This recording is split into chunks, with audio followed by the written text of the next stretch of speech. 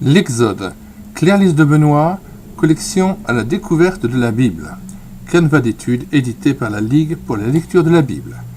Lecture de la 4e de couverture et de l'introduction de Claire-Lise de Benoît. Aller à la découverte des trésors de la Bible est une aventure merveilleuse et passionnante.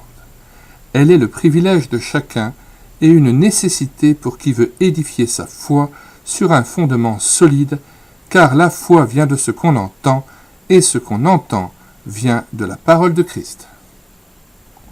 Romains 10, verset 17. Ces simples études bibliques avec leurs questions et leurs réponses sont destinées à stimuler l'étude individuelle des Saintes Écritures. Elles peuvent aussi être adaptées à une étude en commun. Grande est la récompense de qui s'engage sans crainte de l'effort dans une recherche personnelle de la pensée révélée de Dieu, ayant pour seul but de se laisser éclairer et modeler par cette pensée et de croître dans la grâce et la connaissance de notre Sauveur et Seigneur Jésus-Christ, selon l'expression de 2 Pierre 1,2 et de 2 Pierre 3,18. Dieu a parlé, écoutons-le. Ce qu'il promet, croyons-le. Ce qu'il ordonne, pratiquons-le. Ce qu'il nous révèle, proclamons-le. Lecture de l'introduction de Claire-Lise de Benoît. Le livre de l'Exode reprend le fil de l'histoire là où la fin de la Genèse l'avait interrompu, à savoir à la descente en Égypte de la famille de Jacob, comparé chapitre 1, versets 1 à 7 et Genèse 46, versets 8 à 27, puis à la mort de Joseph. Le début du premier chapitre, rappelant ce fait, énumère les membres de la famille de Jacob ayant accompagné le patriarche en Égypte.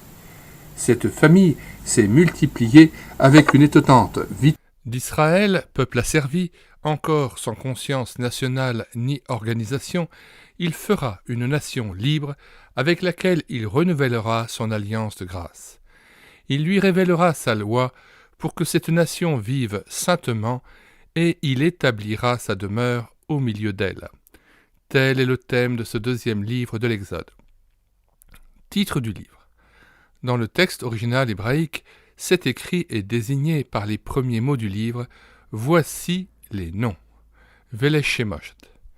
C'est la traduction grecque faite en Égypte au IIIe siècle, dite des Septante, qui nomme ce livre Exodos, c'est-à-dire sorti, ce qui devient Exodus dans la traduction latine de la Vulgate. À proprement parler, ce terme ne s'applique qu'à la première partie racontant la sortie d'Égypte, mais, selon un usage courant des anciens, il a été étendu au livre entier. Place dans le canon. Note 1. Le canon est l'ensemble des livres admis comme divinement inspirés. L'Ancien Testament hébraïque est divisé en 3 parties. La loi, les prophètes et les psaumes. Luc chapitre 24, verset 27. La loi, Torah, est le nom porté par les 5 premiers livres, appelé aussi le livre de la loi ou la loi de Moïse. Les pères de l'Église, tels Tertullien et Origène, les nomment le Pentateuque, d'un mot d'origine grecque signifiant le livre des 5 étuis ou rouleaux. Genèse, Exode, Lévitique, Nombre et Deutéronome. Dans la Torah, première partie du canon hébraïque et de notre canon de l'Ancien Testament, l'Exode vient en second. Date de l'Exode. Ce sujet a fait couler beaucoup d'encre. Ce modeste canevas ne saurait entrer dans les détails du débat. Qu'il suffise de dire ici que les 2 principales dates proposées varient de 150 à 200 ans. Une des méthodes de datation place l'Exode vers 1445 avant Jésus-Christ. Toutmès III, conquérant et bâtisseur connu, serait dans ce cas le pharaon de l'oppression et Aménophis II, son fils, celui de la sortie d'Égypte. Moïse serait alors né vers 1525 et la princesse qu'il adopta serait peut-être la célèbre Hatshepsut, laquelle devint plus tard l'unique pharaon femme. D'autres commentateurs situe l'Exode à la charnière entre l'âge du bronze et l'âge du fer, au début du XIIIe siècle avant Jésus-Christ, soit vers 1290 ou 1280. Le roi au bras de fer serait alors le célèbre Ramsès II ou son père Séti Ier, véritable tyran qui, pendant son long règne, couvrit l'Égypte de gigantesques monuments. Il ne serait guère étonnant dans ce cas qu'on n'ait pas retrouvé en Égypte de mention du désastre de la mer Rouge. Le contraire eût été surprenant. En effet, les pharaons répugnaient à immortaliser le souvenir de leur défaite.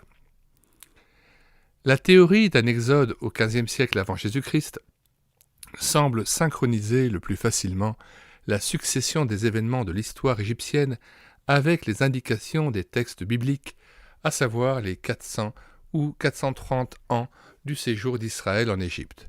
Genèse 15, verset 13, Exode 12, verset 40, Actes 7, verset 6, Galates 3, 17, et les 480 ans allant de la sortie d'Égypte à la construction du Temple, la 4e année du règne de Salomon. 1 Roi 6, 1, comparez Jude 11, 26 et Actes 13, 20. Il est possible qu'un jour, avec de nouvelles données archéologiques et une meilleure compréhension de la chronologie biblique, remarquons que celle-ci ne posait aucun problème aux auteurs du texte sacré, la date de l'Exode puisse être fixée avec certitude. Mais ce qui importe est de savoir qu'il s'agit d'un acte du Dieu sauveur, d'un authentique fait historique de la plus haute importance pour le peuple juif et pour l'Église, fait qui nous a été rapporté sous l'inspiration du Saint-Esprit. Valeur spirituelle du livre de l'Exode. Le récit de ce livre est central dans la révélation de l'Ancien Testament. Il rapporte les faits essentiels constituant la spécificité d'Israël, l'institution de la Pâque, principale fête religieuse du peuple, la traversée de la mer Rouge, suprême manifestation de la grâce de Dieu envers lui, le don de la loi, cœur même de la vie et de la pensée de la nation, l'alliance du Sinaï et l'érection du tabernacle, prototype du temple dans lequel s'est incarnée la piété d'Israël.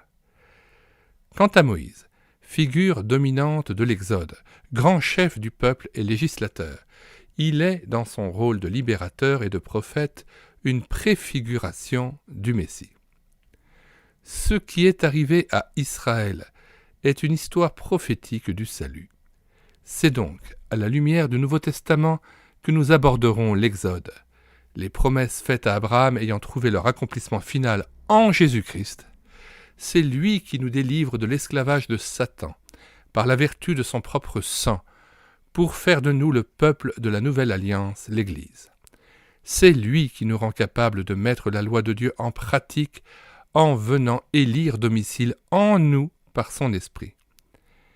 C'est lui le prophète par excellence, le Verbe incarné, l'agneau de Dieu.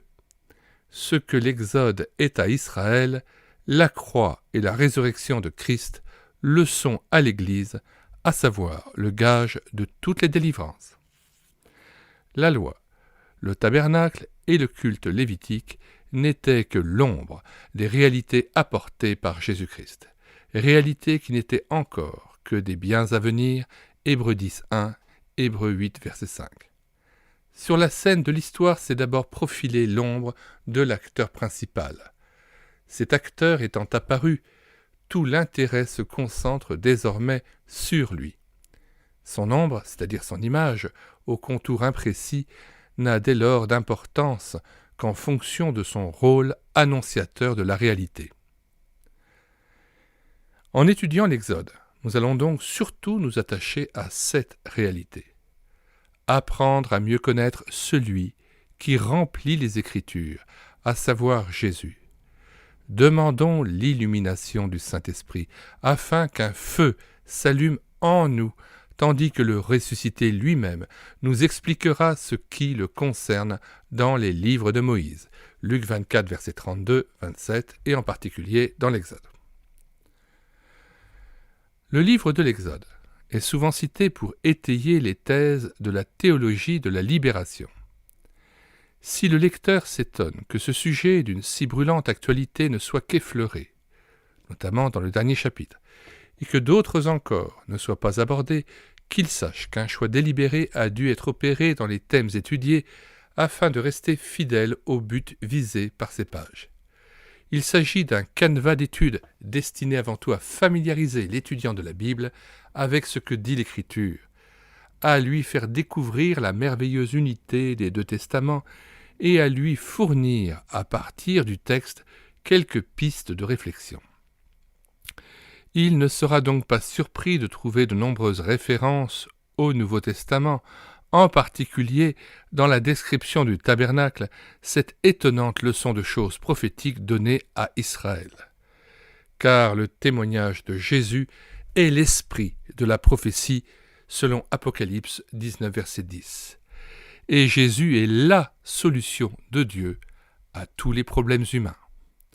Fin de la lecture de l'introduction.